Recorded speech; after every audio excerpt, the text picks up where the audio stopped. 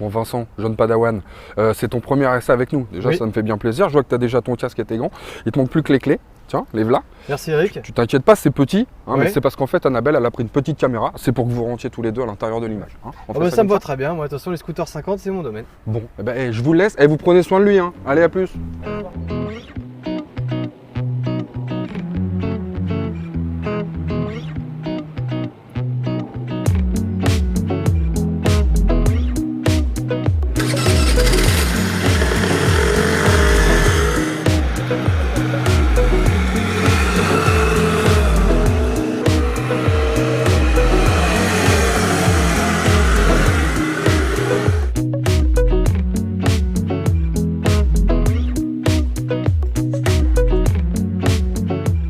Pour 2018, Vespa fait évoluer la Primavera 50 en lui offrant l'injection électronique avec un nouveau moteur 4 temps à 3 soupapes conforme à Euro 4. Si l'esthétique n'évolue pas, c'est le cas de l'amortisseur de la fourche à balancier qui abandonne sa fixation sur pivot et traîné en 2014.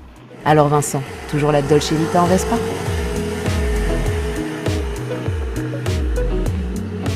C'est parti pour les premiers tours de roue avec cette nouvelle Vespa Euro 4. Donc la nouveauté de cette Vespa, c'est qu'elle intègre un moteur iJet à 3 soupapes qui est alimenté par injection.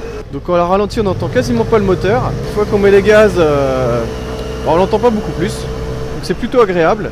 En termes de ressenti, c'est quand même un petit peu plus mou. Donc on a un petit trou au démarrage, après quoi la mécanique s'emballe un peu plus.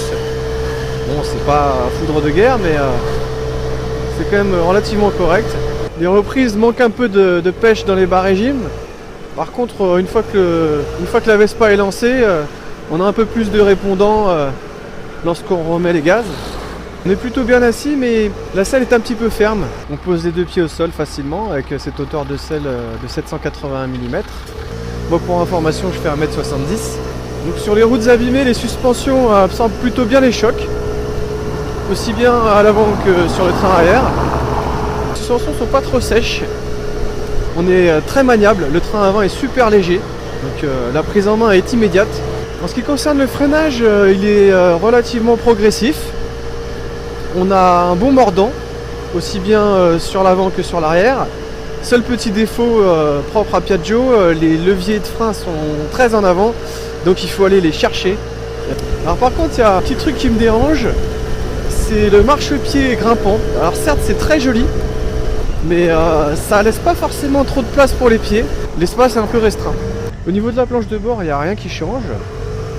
Donc on retrouve le compteur de vitesse à aiguille, ainsi que le petit cadran digital sur lequel on peut lire l'heure, la jauge graduée et 2 tripes. Pas d'appel de phare ni de commande de warning, mais bon, la 125 n'en possède pas non plus. Et puis c'est quand même relativement rare de trouver ces commandes sur un 50 cm3. Affichée au tarif de 3 149 € et 3 249 € dans sa version Touring avec 2 porte-bagages et un pare-brise haut, la Vespa Primavera 50 2018 voit son tarif augmenter de 100 € par rapport à la version Euro 2, hausse en partie justifiée par son nouveau moteur à injection. Est-ce le retour au système de balancier traditionnel qui a permis de ne pas faire enfler davantage son prix, ou bien l'impasse sur un éclairage à LED et une prise USB ? Quoi qu'il en soit, ce scooter de légende passe Euro 4 avec brio et conserve son charme inimitable.